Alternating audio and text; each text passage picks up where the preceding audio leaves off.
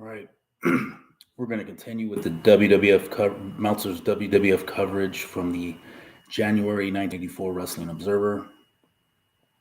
Part two of that, I left off at discussing Rick Martel, how he didn't end up going to the WWF after all. He was promised the AWA title by Gagne, which kept Martel in the AWA, and that's big because Martel was a big part of the AWA in 84 and 85. And just some background on me, I didn't have cable TV. I didn't discover the AWA or any other promotion besides WWF until the week after WrestleMania. I was a kid, like a lot of other kids, played outside a lot. I'd watch the local WWF Championship Wrestling show. Then eventually I saw that there was a show at night that was the All-Star show. And that was my wrestling. My friend got cable around fall of 1984 or mid 1984. We started watching. I remember we started watching TNT, and then there was prime time wrestling. I would never watch the Sunday morning show because I was always going to church. So it wasn't until literally the week after I discovered, and I don't want to I'll tell that story one day. But anyways, Martel, when I first watched the AWA, we had the Pro Wrestling USA show out here on KTLA. The WWF TV shows were on KHJ, which is now something else, but KTLA. And I saw Rick Martel. He instantly became my favorite world champion out of the three, because then that was exactly at the same time I found out about the NWA and started buying the magazines. And so Martel was immediately my favorite champion out of the three. So that was a big deal, them being able to keep Martel. So let me continue. Meltzer says, also while in Japan, the elder McMahon finalized the deal with Adrian Adonis and apparently was so impressed with Adonis and the Murdoch team. One thing that I'll say about Adrian Adonis, because Meltzer raves about him, and I never liked him. When I first started, obviously I liked the team of Adonis and Murdoch, but then, when he did that whole flower, the adorable Adrian gimmick, he gained a lot of weight. I didn't like the gimmick. But when I go back and watch now matches, the guy's an excellent worker. When you look at him, he doesn't look, his just looks are deceiving. And the guy was an excellent worker from what I've seen. It's a shame he didn't keep his weight down, because he was still relatively, he especially for pro wrestling, he was young when he died, I think 34 years old. And a little quick tidbit about Adonis, I was at the sports arena in 85. This is when he's still doing the leather gimmick. I forgot who he wrestled. But I don't know if it was during one of the intermissions. He was on the payphone. See, in the LA sports arena, you would have a curtain. The wrestlers were behind this curtain. I guess that's where their locker room. You'd go through this blue curtain. And then Adonis came to use the payphone where fans can get access. Well, the fans swarmed him. Like, they were all around the payphone. And he was a big guy, but not like really too big by that point. And I remember him being on the payphone, and you could see him being nervous, not scared of the fans, but they were surrounding that payphone, and those payphones were like narrow, right? And you could see, like, it seemed like a fear of claustrophobia because everybody surrounded him, and he's in this little payphone on the phone. So that's just the thing about Adonis. But anyways, from what I've seen, really good worker. I'm going to start watching more of Adonis' stuff. Meltzer raves about him. He says that he was the elder McMahon was so impressed with the Adonis and Murdoch team that the McMahons and Murdoch have buried the hatchet a little bit as the two are teaming together on the WWF tapings in St. Louis. By the way, I've started watching those Wrestling at the Chase tapings. Those are very interesting in themselves, and maybe one day I'll review them here. They actually were chasing at the Chase. They were taping at the Chase Hotel, and I think that lasted maybe about over a month, and they were starting to tape them at the Keel. They're teaming together at the WWF TV tapings in St. Louis, and are due for the late January Pennsylvania tapes. I guess Allentown and Hamburg, the All-Star Championship shows. The Adonis and Murdoch duo is managed by Mad Dog Manigoff, who may be the son of the former wrestler Bobby Manigoff. By the way, this Mad Dog character, and I don't even know if that's the name. I think the way I hear Vince and Gene saying his name on the Chase shows is Manigoff. man gone, Manigoff, man gone. That's what they're saying. It sounds like what they're saying. They're saying man gone. But apparently he only lasted for that first set of tapings. He didn't really look like he did much. He didn't really look like he looked kind of stiff out there. I mean, he could have gotten better. I don't know whatever happened with him. The other newcomer is Roddy Piper, who seems to be more of a managerial capacity rather than a wrestler. You know, the great thing about Piper was, I think, something that really made him get over big in the WWF is that, like Hogan, if you wanted to watch Piper wrestle, you had to go to the arena. But Vince was smart. He had Piper. He had his own spot, and that was the Piper's Pit show. So you would see Piper, but you would see him interview people. There were feuds that come out of those Piper pits, and then you'd have to go buy a ticket to see Piper at the arena. So he's managing Schultz and Paul Orndorff. Now, a lot of people forget about this, but the Piper, Schultz, Orndorff contingent called themselves Prime Time. Piper's Prime Time. I thought that was a cool little click. It didn't last long. I think Orndorff, he managed them for a little while, then it seemed like they kind of did their own thing. Eventually, Piper got Orton. It would have been cool to see Piper, Orndorff, and Schultz, and then bring in Orton, like those four. Imagine that, man. Piper, Orndorff, Schultz, Orton. Their version of the Four Horsemen before the Four Horsemen would have been Piper's Prime Time, to see if they would have, if they could at least stay together for a little bit. That would have been cool. But I think so much was going on at the WWF at that time that, things were very rapidly changing in the WWF, and a lot of people brought in, then wouldn't stay long, like Buzz Sword, Billy Jack Haynes. But anyways, Meltzer says, while Piper will make a great manager, I'd like to see him in the ring semi-regularly. Well, he did. He wrestled at the arena shows. It's just on TV, you just saw him do his interviews, his managing at first, and then interview segments. Piper's Pit. He's better than most of the WWF wrestlers, and as far as generating heat and crowds, he's one of the best heels I've ever seen. Totally agree. I think his heel run in the WWF from when he started January 84 through WrestleMania 2 is like, to me, I think the only thing that could rival it is the Freebirds heel run in World Class from December of 82 through, 84, right? They stayed in the promotion until 85, through Parade of Champions, but really it was that heel run from December of 82 through Parade of Champions 84, and a little bit after that. Gene Okerlund, who's the best straight man interviewer in the business, is taking over for Pat Patterson as Vince Jr.'s TV sidekick. With Okerlund, the WWF TV shows will be doing more interviews before the crowds, and Okerlund is also replacing McMahon on the local promos. He will certainly work well with the likes of Piper, Adonis, Murdoch, Schultz, and Hogan. With the signing of the AWA talent and its announcer, one would expect McMahon and company to be running Minneapolis and environs shows very soon. And that was exactly what happened. Okerlund was a big loss for the AWA. The AWA after Okerlund, they never really replaced him. I mean, they had I like Doug McLeod. I wish he would have stayed on as AWA announcer. Doug McLeod was great doing Pro Wrestling USA. Ron Trongard's awful. Larry Nelson's awful. I like the Larry's Corner with Larry Nelson, Larry Zbyszko. I thought that was cool.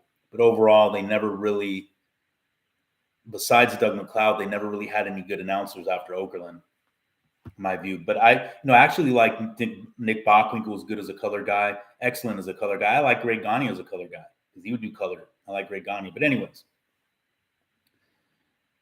so it's exactly what Meltzer said. In fact, I just watched TNT on Peacock, and I watched the episode where they featured David Schultz against Hulk Hogan in Bloomington. That was, I think, the first or second Bloomington card in Bloomington, Minnesota at the Met Center. I think the first one might have been Hogan v. Stud. So they used the AWA feud to headline one of their first shows in Minnesota. And they showed a promo of Gene Okerlund interviewing Hogan. And Hogan talking about, now we got the real world title. we're bringing it here to Minneapolis. So of course, he's taking shots at the AWA, which is just what pro wrestling is. Good for him, And the AWA WWF war in the Twin Cities in '84 and '85, very interesting. But that was one of the first attacks, is on AWA territory. I think that's where McMahon was most successful, besides like places like Toronto, Detroit, and obviously Southern California, is the AWA territory.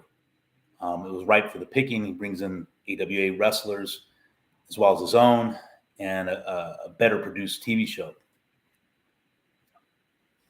It was harder for McMahon to penetrate the South. He did awful in Dallas because it was the WWF brand and AWA brand. The WWF brand was a lot more similar to the AWA brand than it was to the South, to the NWA, I guess, world class. So a lot of those fans in there loved their wrestling. They didn't want that WWF wrestling, which had a reputation for, even though having big stars, of being boring for fans there. Now, I didn't find it boring because that's what I grew up on my first 2 years in the sport, is just WWF. But I could see where fans that are used to more angles, maybe fast-paced matches, are going to see WWF as boring. And that was the reputation WWF had with fans in the South. But anyways, as mentioned, the WWF is now in St. Louis. Whether or not McMahon actually bought out Gagne and Geigel, as has been reported elsewhere, is debatable, noticing the attack by McMahon on Gagne's troops. Plus the fact that Gagne and Geigel have gotten a new TV outlet in St. Louis and have more shows booked. So this is the thing. I guess there's rumors going around that he actually bought out Gagne and Geigel, their time slot in St. Louis and the city to promote. But it's not true. Basically, he took it over because Geigel had mismanaged St. Louis once he took over. And beginning in September of '83, instead of tapings at KPLR studios, Geigel sending in using Kansas City tapes. And anybody who's watched Kansas City, Central State's TV shows, they weren't the best to watch in terms of production. And not that production had to be a big deal, because the regular studio show wasn't, it was just a basic show. It's just that when you take, it basically screwed the St. Louis fans. They were used to going to the studio. It had a hometown feel. So he took that hometown feel away from the fans. And so ratings started going down dramatically. And this is why KPLR was very eager to give Vince the slot. Over the next couple of years, or even 3 years, the NWA St. Louis contingent goes to war with McMahon at the Kiel Auditorium, and they lose, even though a lot of times they had better quality cards. But the problem was that to promote the St. Louis shows for the NWA, they were using the AWA show, they were using Geigel's Central State show, and they were using World Class. So you could see the confusion, right? You're using 3 shows from 3 separate promotions, 3 separate angles to promote a show. No cohesion there. And this is why likely they ended up having to go away from the Kiel into the St. Louis Arena. And shortly thereafter, the St. Louis Wrestling Club folded. So Meltzer continues, WWF taped at the Chase Hotel, charging $5 from Muchnick through Geigel and Matisic. Traditionally, TV tapings in St. Louis have been free. Well, that's because they were at the studio, but now they're going to be at the Carasson Room, the hotel. Okay, charging $5 admission for 3 hours of tapes, plus a non-televised dark match on 12/28, and drew an overflow of 1,100 and turned away several hundred more. Now, if you watch the Chase tapings, starting with I've watched 2 so far, the 12/28 and then the one after, which is like 1-5 or something like that, 84. Very rowdy crowd. I wonder if that's, and I might have mentioned it before, I wonder if that's why Vince moved him he stopped doing the Chase tapings and did the Kiel instead, because it was a very rowdy crowd. You can hear people, literally hear the fans say the word wetback when Mil Mascaros was wrestling, the word faggot when, who was it? Who were they calling that to? Yeah, somebody, right? And actually, now that I think of that word, you heard that I'm watching a World Class on Peacock 1985, and they're calling it a Percy Pringle. But anyways, my point is that I wonder if that's why Vince didn't stick with the Chase tapings. Is the crowd was rowdy, man.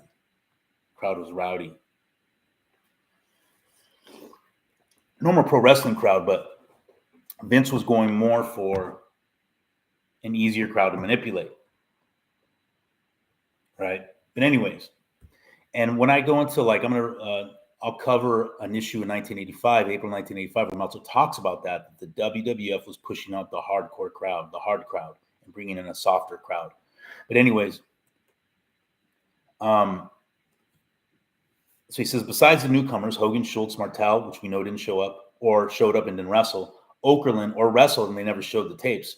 Okerlund, Adonis, Murdoch, already mentioned they had Mil Mascaras, John Studd, and Ivan Putski at the tapings, along with Dennis Stamp doing jobs. The next taping is set for 116 with Tony Atlas versus Murdoch as the dark match, and WWF debuts at the Kiel Auditorium 210 with the 20-man battle royal, Hulk Hogan versus Masked Superstar, and Jimmy Snuka versus Mr. Fuji.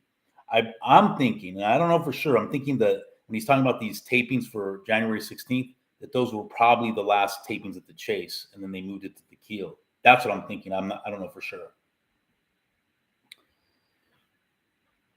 He says, actually, KPLR TV in St. Louis initiated the contact with the WWF.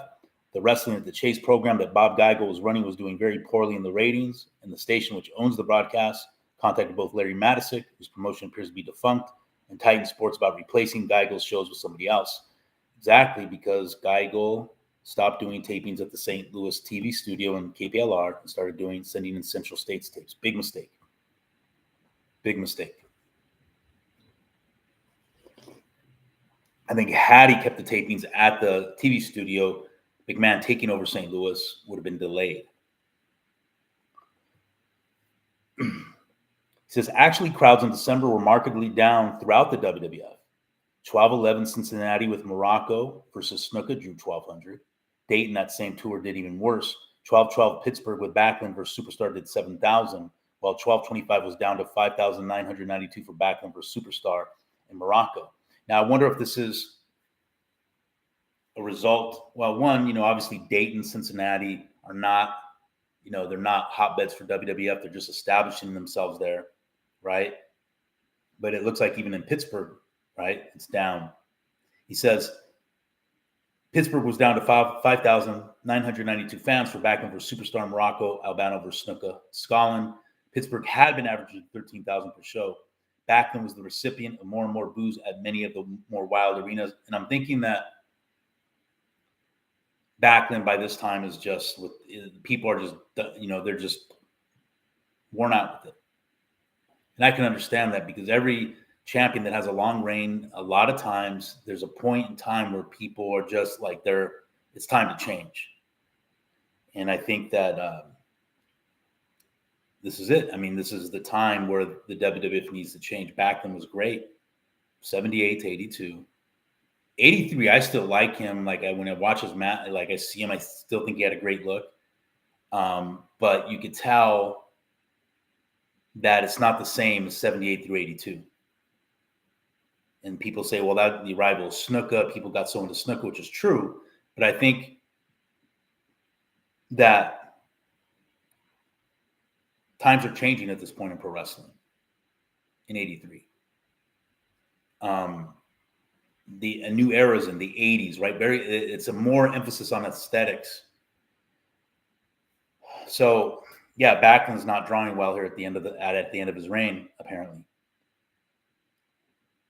He says Backlund was the recipient of more and more boos at many of the more wild arenas. With McMahon expanding into new territory, it was obvious that Backlund had to go. Exactly. Now, remember, this issue covers right after Backlund losing the title of the Iron Sheik. Okay. Covers right after that. Meltzer says, actually, Bob's bouts with the Sheik and Superstar were the worst drawing title series events in several years. The reality is that with McMahon going into all these new territories, he needed a larger-than-life personality. He needed an all-encompassing babyface. Hence Hulk Hogan. Right? Hence Hulk Hogan. Now, if it wasn't Hogan, who would be? That's the everlasting question. Snuka was already older. Snuka could have been a good short-term champion, but he had issues because of the whole Nancy Argentina thing that had just happened. So I don't think there was much trust in him. Slaughter could have done it for a couple of years. The guy I think that would have been, if he had his head on right, a lot of ifs, would have been to Kerry Von Erich. But anyways, Hogan was the perfect. He says, actually, Bob's bouts with he said that were the worst title drawing series of events in several years. He says the WWF's first Detroit show on 12/30, headlined by Backlund vs. Slaughter, drew 2,300. So again, they're barely getting into the new markets.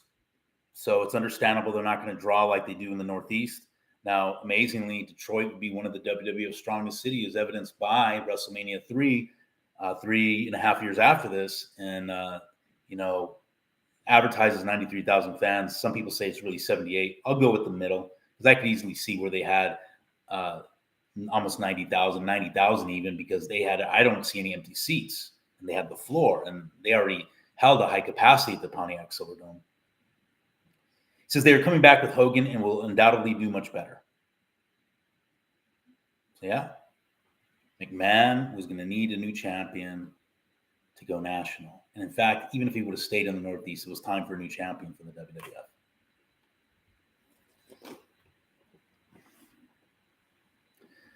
The January 23rd MSG show has Iron Sheik versus Bob Backlund, who will still be suffering from his neck injury and probably not regain the title. Even if he does, the title change spark will keep crowds up for a while. Well, we know what happened on January 23rd. Backlund, due to his injury, had to back out of the match, and Hogan replaced him and won the title, and the rest is history. Santana versus Morocco, Alice Johnson versus Samoans, Orndorff versus Belomo, etc. rounded out. I'm told MSG is also booked 220, which would be Backlund's 6-year anniversary, so I'll assume he's to get a second rematch. Well, we'll learn later that Meltzer foresees Hogan winning the title in spring or summer of '84, not as early as he did. So Meltzer was thinking that Hogan was going to win, like I said, spring or summer. Look what he says here, and then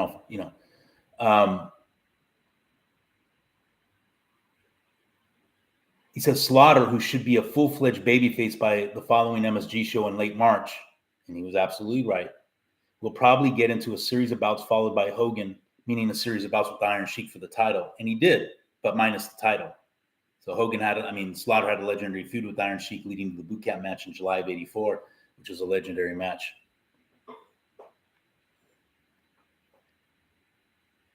Okay. And look what he says. Look what Meltzer says here. He says, Sergeant Slaughter, who should be a full-fledged babyface by the following MSG show in late March, will probably get into a series of bouts followed by Hogan for an early summer, late spring Shea Stadium show in the title change. So Meltzer predicted that Hogan would win the title after Slaughter would have his series with Iron Sheik, that he'd win the title early summer, late spring at a Shea Stadium show, and the title would change hands.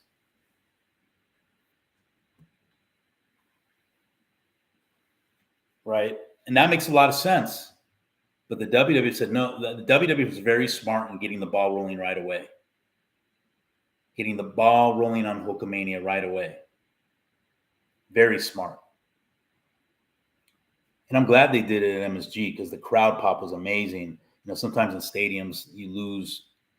It's not as loud. He says, with Hogan as champ, turn Andre the Giant into a villain, and voila, Shea Stadium won't be big enough to hold this promotion. Wow, wasn't he right? But it was 3 years later. He said, with Hogan as champ, turn Andre the Giant into a villain, and voila, Shea Stadium won't be big enough to hold this promotion. Let's see how close the scenario comes. Well, he was 3 years off, but he predicted they turned Andre the Giant villain. Shea Stadium wouldn't have been able to hold WrestleMania 3. So they were in the Pontiac Silverdome. So it came true 3 years later. I'll end there, and there's still more. one thing about Meltzer that you got to give him credit for, he really understood the business. Even back then, when it was way more closed. See, a lot of people, it's a lot easier to understand the business now because everything's put out there by the wrestlers and the promoters. But back then, it was very tight-lipped. He had a very good understanding, and he had the pulse of the business in the times where kayfabe was king. But anyways, we'll do part 3 in a couple days. I just think it's awesome to go through these old newsletters, man, right at the time of the wrestling war to see what fans, hardcore fans, were thinking back then. All right.